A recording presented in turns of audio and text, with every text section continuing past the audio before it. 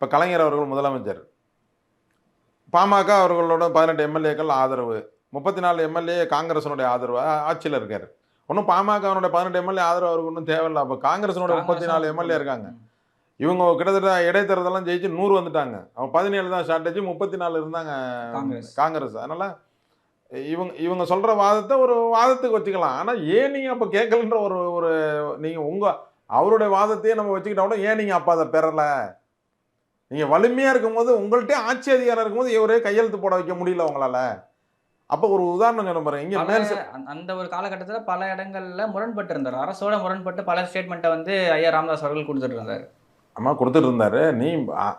அரசோட கொடுத்துருந்தாரு. அரசு கொடுத்துருக்கிற ஆதரவை நீக்கியிருக்காரா? 5 ஆண்டுகளும் ஆதரவு இருந்தார்ல.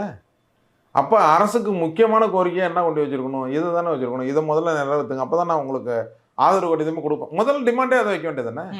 ஏன் அதை வைக்கல அவங்க? சரி, மத்தியில் ஆட்சி அமைச்சாங்கல்ல, 2% மத்தியில் ஆட்சியில் வன்னியர்களுக்கு வந்து 2% இடஒதுக்கீடு வேணும். ஒரு 2%, மாநில அளவு 20%. அப்போ அந்த தேசிய அளவில் இருக்கிற நீங்க இடஒதுக்கீடை கேட்டு பெற வேண்டியது தானே? ஏன் பெறல நீங்க? அதுக்கப்புறமும் அன்புமணி அவர்கள் எம்பியா இருந்தார்.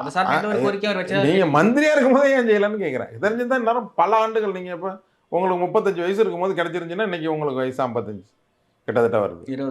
20 வருஷங்கள் எத்தனை வன்னியர்கள் போயிருப்பாங்க வேலைக்கு, வேலை வாய்ப்புக்கு போயிருப்பாங்க, எல்லாத்துக்கும் போயிருப்பாங்க. அப்போ நீங்கள் அதை முன்னெடுக்கல. அப்போ உங்களுடைய அரசியலை உங்களை தனிப்பட்ட முறையில் நான் இது வரைக்கும் யாரையுமே விமர்சனம் செய்தது கிடையாது.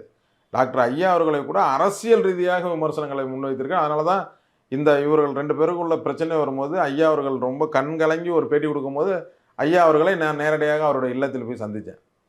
காரணம் என்னன்னா, நான் வந்து கிட்டத்தட்ட 30 வருஷத்துக்கு மேலே ஆயிடுச்சு அவரை பார்த்து.